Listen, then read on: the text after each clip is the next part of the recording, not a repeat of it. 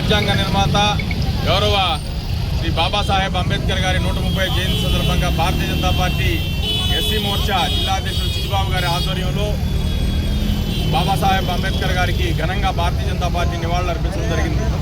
ఈనాడు doctor Babasaheb Ambedkar గారిని మనం ఒక దళిత వర్గానికి సంబంధించిన వ్యక్తిగా కాకుండా ఈ భారతదేశానికి రాజ్యాంగాల నిర్మాతగా, రాజ్యాంగాన్ని రచించి ఈ దేశ సమైక్యతకు పాటుపడిన వ్యక్తిగా మనం చూడాల్సిన అవసరం ఉంది.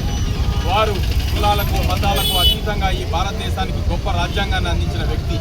ఆ రాజ్యాంగ స్ఫూర్తితోనే ఈరోజు ఎన్ని ఆటుపోట్లు వచ్చినా, ఎన్ని ఇబ్బందులు వచ్చినా భారతదేశం సమైక్యంగా అన్ని కులాలు అన్ని మతాలు ముందుకు సాగుతున్నాయంటే ఆనాడు భారతదేశానికి బాబాసాహెబ్ అంబేద్కర్ గారు అందించినటువంటి గొప్ప రాజ్యాంగం. ఈనాడు ప్రపంచంలో అనేక దేశాలు ఏ విధంగా యుద్ధాలతో కావచ్చు, ఆర్థిక సమస్యలతో కావచ్చు, అనేక ఇబ్బందులతో ఏ విధంగా సతమతమవుతుందో చూస్తున్న పరిస్థితి.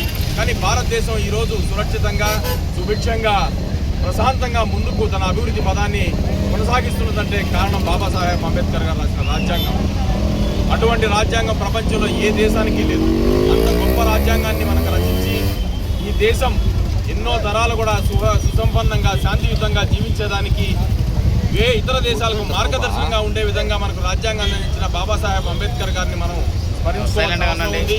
వారి ఆశయాల సాధనకు మనం కృషి చేయాల్సింది. భావితరాలకు వారి యొక్క జీవితాన్ని మనం వివరించి చెప్పాల్సిన అవసరం ఉంది. ఈనాటి పిల్లలకు బాబాసాహెబ్ అంబేద్కర్ గారి గొప్పతనాన్ని మనం చెప్పి వారి యొక్క స్ఫూర్తిని ముందుకు తీసుకోవాల్సిన అవసరం ఉంది.